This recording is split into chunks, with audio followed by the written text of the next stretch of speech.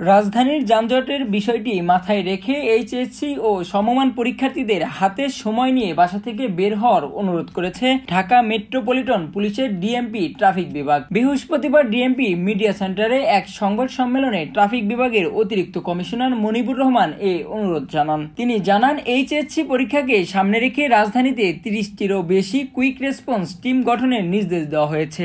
ডিএমপির police কর্মকর্তা আরও জানান, পরীক্ষার্থীরা যাতে নির্বিঘ্নে কেন্দ্রে পৌঁছাতে পারে সেজন্য রুটভিত্তিক আলাদাভাবে ট্রাফিক ব্যবস্থাপনা গ্রহণ করা হয়েছে।